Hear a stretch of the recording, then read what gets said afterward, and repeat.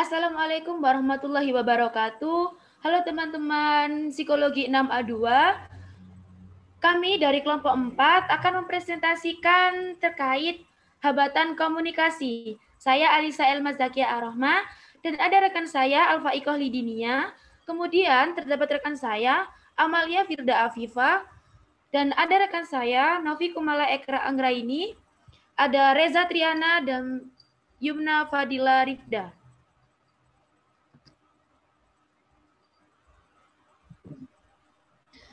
Masuk pada pembahasan yang pertama, yaitu jenis hambatan komunikasi. Yang pertama ada hambatan psikologis. Hambatan psikologis ini dibagi menjadi beberapa macam. Yang pertama ada kepentingan. Di sini maksudnya adalah bahwa manusia hanya akan memperhatikan stimulus yang ada hubungannya dengan kepentingannya. Nah, jika tidak ada kepentingan sama sekali, menurut dia, maka akan dilewati begitu saja. Terus selanjutnya ada prasangka. Ini berkaitan dengan persepsi orang terhadap seseorang atau suatu kelompok, dan sikap serta perilakunya terhadap mereka. Nah, prasangka ini melibatkan emosi yang memaksa kita untuk menarik kesimpulan atas dasar prasangka akan pikiran yang rasional. Nah, emosi ini seringkali membutakan pikiran dan pandangan kita terhadap fakta yang nyata. Misalnya, ketika kita merasa orang itu berbohong, maka di sini kita akan kurang tertarik dengan pembicaraan tersebut, dan akhirnya proses komunikasi itu menjadi terhambat. Terus selanjutnya ada stereotip. Ini merupakan gambaran atau tanggapan tertentu mengenai sifat-sifat dan watak orang lain yang bercorak negatif. Mengingat apabila dalam proses komunikasi ini ada komunikan yang memiliki stereotip tertentu pada komunikannya, maka di sini dapat dipastikan bahwa pesan apapun itu tidak akan bisa diterima oleh komunikan. Terus yang terakhir ada motivasi. Ini juga berpengaruh kepada efektivitas komunikasi. Setiap manusia itu pada hakikatnya memiliki motif atau penggerak dalam berkomunikasi. Melihat berbagai motif yang berbeda antara orang per orang, maka tanggapan seseorang terhadap pesan komunikasi itu berbeda sesuai dengan jenis motifnya. Terus selanjutnya ada hambatan sosiokultural. Ini ada beberapa macam, yaitu yang pertama perbedaan norma sosial. Nah, hal ini terdapat kemungkinan adanya pertentangan nilai dalam arti kebiasaan dan adat istiadat yang dianggap baik bagi suatu masyarakat, dan sebaliknya yaitu dianggap tidak baik bagi masyarakat. Terus selanjutnya ada beragamnya suku bangsa. Ini membuat bahasa daerah juga beraneka ragam. Masih banyak masyarakat Indonesia yang tidak mampu berbahasa nasional, yaitu bahasa Indonesia. Sedangkan kita mengetahui bahwa bahasa adalah penghubung pemikiran dan realitas. Contoh simpelnya, ketika kita ada di Jawa, ini kan ada bahasa Ngoko dan Kromo Inggil. Ketika kita terbiasa berbahasa Ngoko, kita jadi susah untuk berbicara bahasa Kromo Inggil. Nah, ketika kita diajak berbicara bahasa Kromo Inggil, kita kan nggak paham.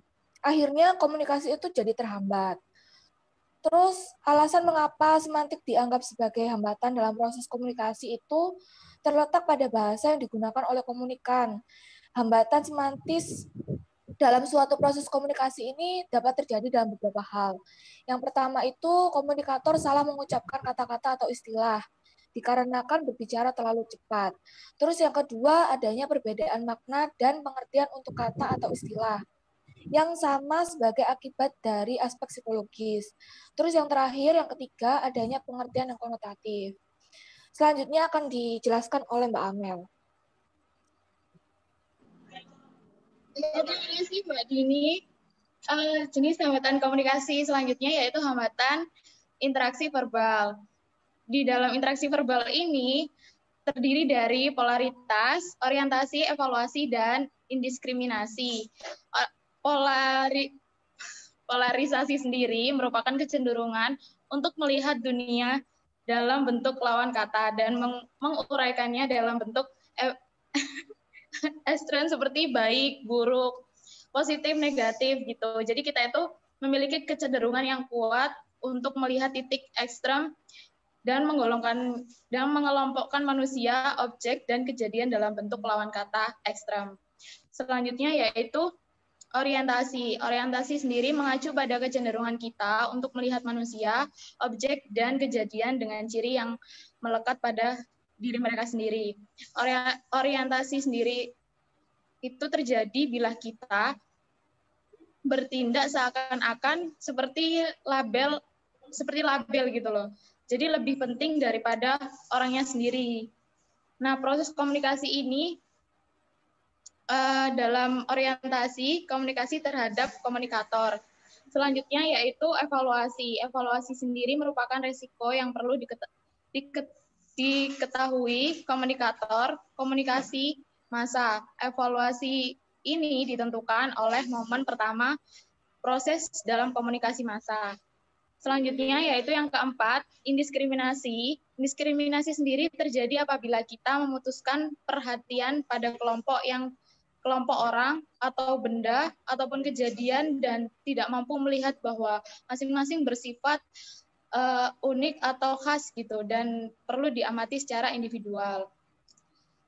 Jenis hambatan komunikasi selanjutnya yaitu hambatan interaksi nonverbal. Menurut Larry Samovar dan Richard, interaksi nonverbal mencakup semua rangsangan kecuali rangsangan verbal dalam suatu setting komunikasi yang dihasilkan oleh individu tersebut yang mempunyai nilai pesan potensial bagi pengirim atau penerima. Jadi definisi ini mencakup perilaku yang disengaja maupun tidak disengaja sebagai bagian dari peristiwa komunikasi secara keseluruhan. Di dalam hambatan interaksi nonverbal ini, jadi itu secara sederhana pesan nonverbal ini tuh semua isyarat yang bukan kata-kata. Karena masyarakat saat ini tuh sadar bahwa dalam berkomunikasi itu tidak hanya dapat melalui alat indera aja gitu, seperti mata, alis, dagu, bibir, dan lain sebagainya. Ciri-ciri dari hambatan interaksi nonverbal sendiri, yang pertama disampaikan dengan menggunakan isyarat atau gestur gerak tubuh gitu. Terus selanjutnya, pembahasan, sentuhan, penampilan fisik, ruang jarak, waktu, dan customer product. Selanjutnya, proses komunikasi implisit itu terjadi dua arah ya, ada dua arah dan satu arah. Yang terakhir yaitu kualitas proses komunikasi tergantung pada pemahaman terhadap persepsi orang lain. Materi selanjutnya akan dijelaskan oleh Alisa. Oke, selanjutnya ada faktor penyebab munculnya hambatan berkomunikasi. Jadi, menurut Shannon dan Weaver, gangguan komunikasi itu dapat terjadi apabila terdapat intervensi yang mengganggu salah satu elemen komunikasi, sehingga mengakibatkan proses komunikasi tidak dapat berjalan atau berlangsung secara efektif. Nah, dalam satu proses komunikasi itu terdapat beberapa hal yang menjadi faktor hambatan komunikasi itu sendiri. Terdapat 4 faktor, yaitu hambatan sosio-antropologis dan psikologis. Yang kedua, terdapat hambatan semantik. Yang ketiga, terdapat hambatan mekanis. Dan yang keempat, ada hambatan ekologis. Yang pertama, ada hambatan sosiologis, antropologis, dan psikologis. Hambatan sosiologis itu merupakan hambatan yang di dalam kehidupan masyarakat itu terjadi dua jenis pergaulan, yaitu ada pergaulan Gemeinschaft dan ada Gesellschaft. Nah, Gemeinschaft ini itu seperti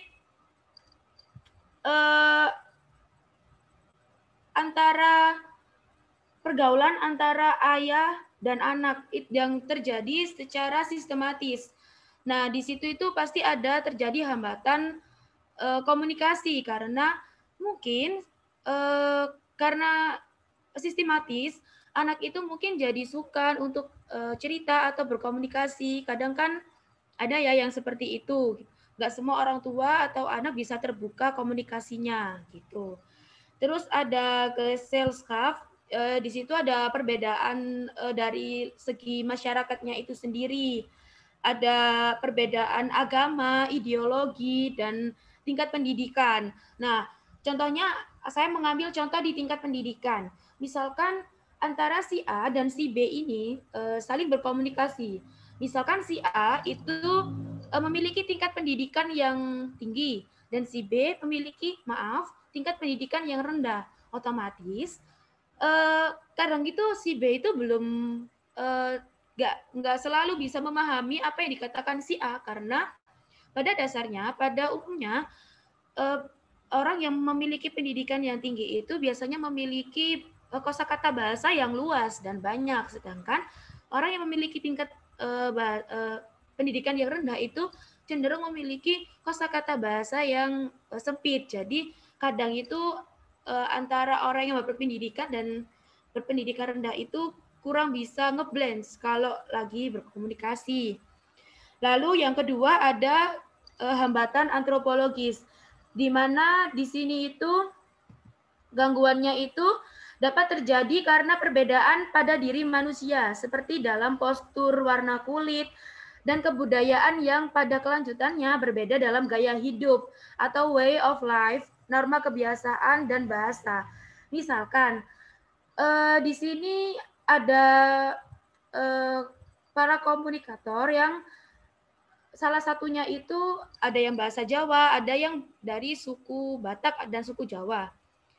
Biasanya suku Batak itu kalau berkomunikasi itu memiliki intonasi nada yang tinggi, sedangkan suku Jawa biasanya berkomunikasi itu dengan intonasi nada yang rendah. Nah, di sini kalau kedua orang ini tidak memahami antara satu sama lain, tentu dapat mengalami hambatan komunikasi. Karena mungkin saja yang si Jawa ini mengira kalau waktu si orang Batak ini berbicara atau berkomunikasi kok marah-marah ya. Padahal mereka tuh nggak marah-marah karena memang intonasinya mereka aja tinggi kalau berbicara atau berkomunikasi. Seperti itu. Terus ada hambatan psikologis, di mana hambatan ini dapat terjadi disebabkan dari komunikator dalam melancarkan komunikasinya. Tidak mengkaji terlebih dahulu antara para komunikator ini, dan hal ini bisa terjadi kesulitan berhasil komunikasi saat salah satu dari mereka itu mungkin ada yang sedih, ada yang bingung, ada yang sedang marah, ada yang merasa kecewa.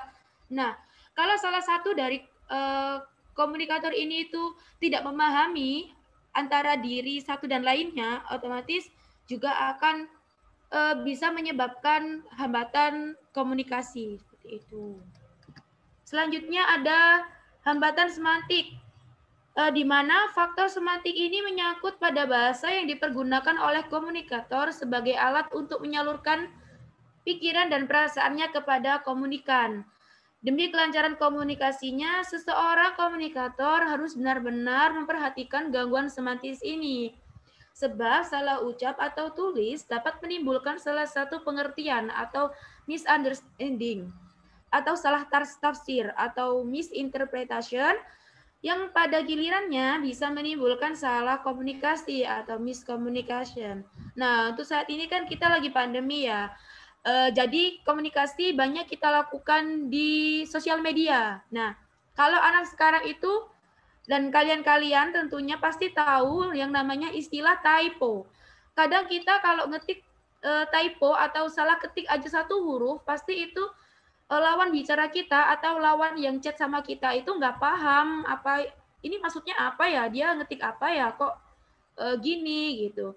Jadi kadang itu salah satu ketik huruf aja itu kadang bisa menyebabkan salah pengertian atau misunderstanding. Oke, itu tadi dari saya. Materi selanjutnya akan dijelaskan oleh Mbak Reza Triana. Silahkan. Oke, terima kasih Mbak Alisa. Di sini saya akan menjelaskan tentang hambatan semantik. Mohon maaf itu mungkin salah tulis. Saya akan melanjutkan di poin yang ketiga, yaitu hambatan mekanis. Jadi hambatan mekanis ini akan sering dijumpai pada media yang dipergunakan dalam melancarkan atau melakukan komunikasi. Jadi contohnya yang mungkin bisa kita temui dan kita jumpai di kehidupan sehari-hari itu telepon ya, HP ini itu kayak seperti contohnya suara telepon yang mungkin nggak jelas, hurufnya yang buram, atau mungkin suara yang putus nyambung akibat sinyal, itu kan salah satu contoh mekanis seperti itu. Kemudian ada hambatan ekologis, yaitu hambatan yang terjadi karena adanya gangguan yang ada di lingkungan terhadap proses berlangsungnya komunikasi. Jadi hambatan ini itu munculnya dan datanya itu ada dari lingkungan sekitar, seperti gangguan yang diakibatkan oleh proses alam. Mungkin contohnya yang bisa kita temui setiap hari atau mungkin bisa ditemui di sekitar itu seperti suara riuh orang-orang atau suara kebisingan lalu lintas, suara hujan, suara petir seperti itu. Atau mungkin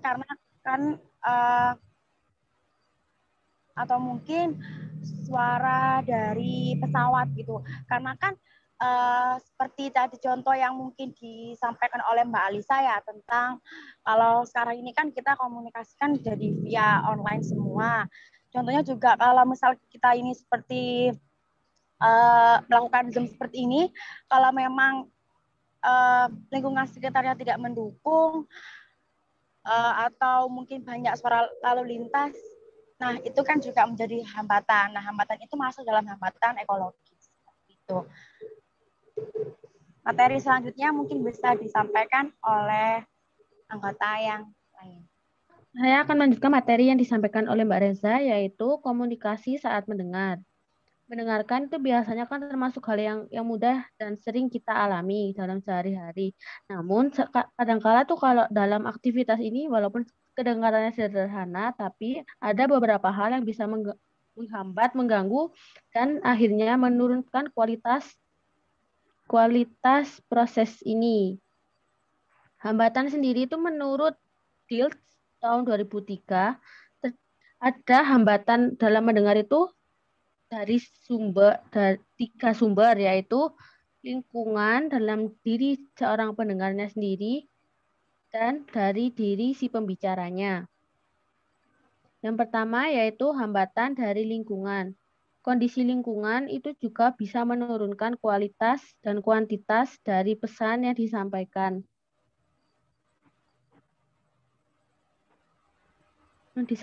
Oleh pembicara. Misalnya seperti suara-suara di sekitar kita yang terlalu besar dibandingkan suara si pembicara. Misalnya jika kita bercakap-cakap dengan teman kita ketika di jalan atau ketika bertemu di kelas, kan biasanya kan kalau kelas itu kan nggak mungkin senyap, sepi gitu kan nggak mungkin kan. Pasti ada suara-suara seperti kayak motor yang lalu lalang atau teman kita yang sedang berbicara juga gitu. Itu nanti juga bisa menurunkan kualitas komunikasi saat mendengar. Yang kedua yaitu kondisi lingkungan termasuk kelembapan ruangan dan suhu. Tidak bisa dipungkiri bahwa kalau misalnya kita berada di ruangan yang kondisinya itu memang membuat kita tidak nyaman, entah itu terlalu dingin atau terlalu panas, itu bisa mengurangi juga kualitas komunikasi saat mendengar. Akhirnya berimbas nantinya entah itu karena misunderstanding atau miskomunikasi gitu ya biasanya. Setelah itu ada aroma yang membuat tidak nyaman, seperti yang sudah saya katakan tadi.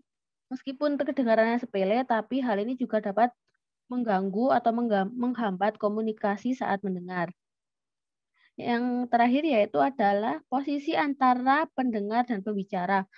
Jadi misalnya itu kayak terlalu jauh begitu ya. Jadi kalau misalnya kita kan kalau selama ini kan kalau kuliah kan Zoom gitu kan, Zoom, Google Meet gitu kan, itu kan juga nggak terlalu kayak yang ya walaupun jauh kan tetap kedengaran jelas kan. Misalnya kita berada di situasi yang kayak biasanya seperti itu kan, misalnya terlalu jauh gitu kan. Saya di sini misalnya si yang pendengar saya itu ada di jauh di sana gitu.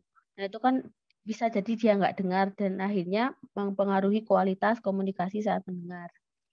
Baik, materi selanjutnya akan disampaikan oleh Mbak Yumna. Silahkan Mbak Yumna. Baik, selanjutnya yaitu hambatan dan gangguan dari dalam diri pendengar. Umumnya adalah suara-suara dalam pikiran, gambaran di benak atau emosi yang timbul dari dalam diri si pendengar yang mengalihkan perhatiannya dari apa yang disampaikan oleh pembicara. Seperti halnya yang pertama yaitu melakukan perbandingan. Nah, di sini muncul pikiran yang membandingkan tingkat pengetahuan, kedewasaan, kecerdasan, atau status sosial dari si pembicara saat melakukan percakapan. Yang selanjutnya yaitu membaca pikiran. Di sini membuat asumsi seperti apa ujung dari pembicaraan si pembicara, niat tersembunyi, atau menyimpulkan sebelum si pembicara menyelesaikan. Yang selanjutnya yaitu melakukan gladi resik.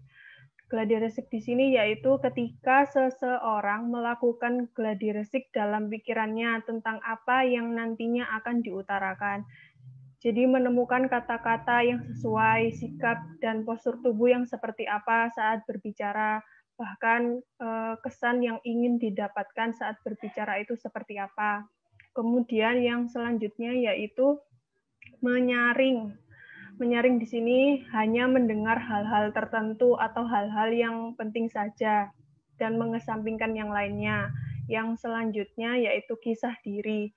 Kisah diri di sini ketika ada satu kata atau kalimat atau peristiwa yang diutarakan dari si pembicara memicu ingatan dan emosi tentang sebuah kejadian yang dialami baik di masa lalu, saat ini, atau masa depan yang kemudian membuat si pendengar membayangkan kejadian tersebut. Yang selanjutnya yaitu menjadi penasehat handal. Nah, di sini pikiran sibuk mencari solusi walaupun pembicara baru menyampaikan pendapat beberapa kalimat saja. Yang selanjutnya yaitu menjadi lawan tanding. Nah, biasanya berakhir menjadi sebuah aktivitas debat daripada pembicaraan yang produktif. Seperti penolakan atas informasi yang terlalu awal diungkapkan dan kemudian disanggah oleh si pembicara, sehingga pikiran mencari jalan untuk mempertahankan diri. Yang selanjutnya yaitu pembenaran. Pembenaran ini biasanya terjadi pada saat seseorang menceritakan hal yang bersifat kritikan terhadap suatu peristiwa yang memicu pola kisah diri, kemudian sibuk mencari halal dari masa lalunya. Yang selanjutnya yaitu pengalihan. Pengalihan melakukan perubahan subjek pembicaraan secara tiba-tiba. Jadi pengalihan ini biasanya dengan melakukan guyonan atau candaan.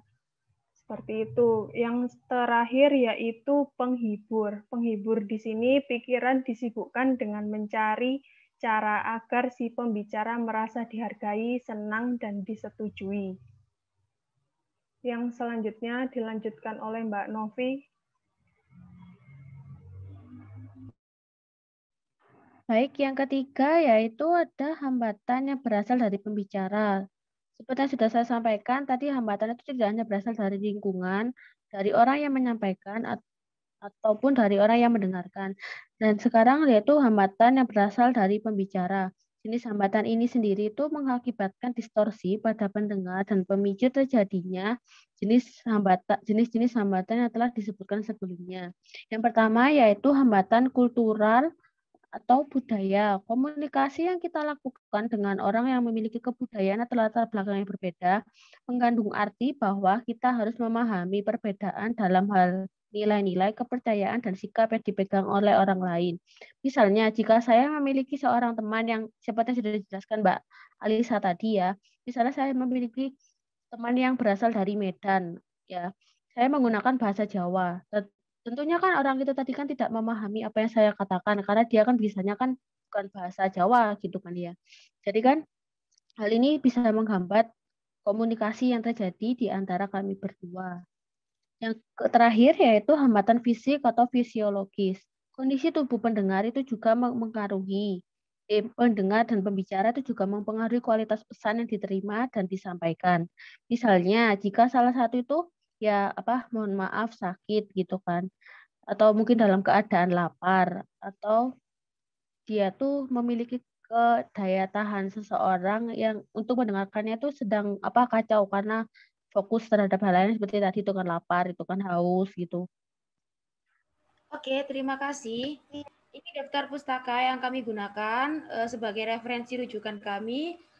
Kami dari kelompok 4 memohon maaf apabila terdapat materi yang belum tersampaikan dengan baik atau para nanti audiens yang belum memahami. Mohon maaf. Saya akhiri. Wassalamualaikum warahmatullahi wabarakatuh.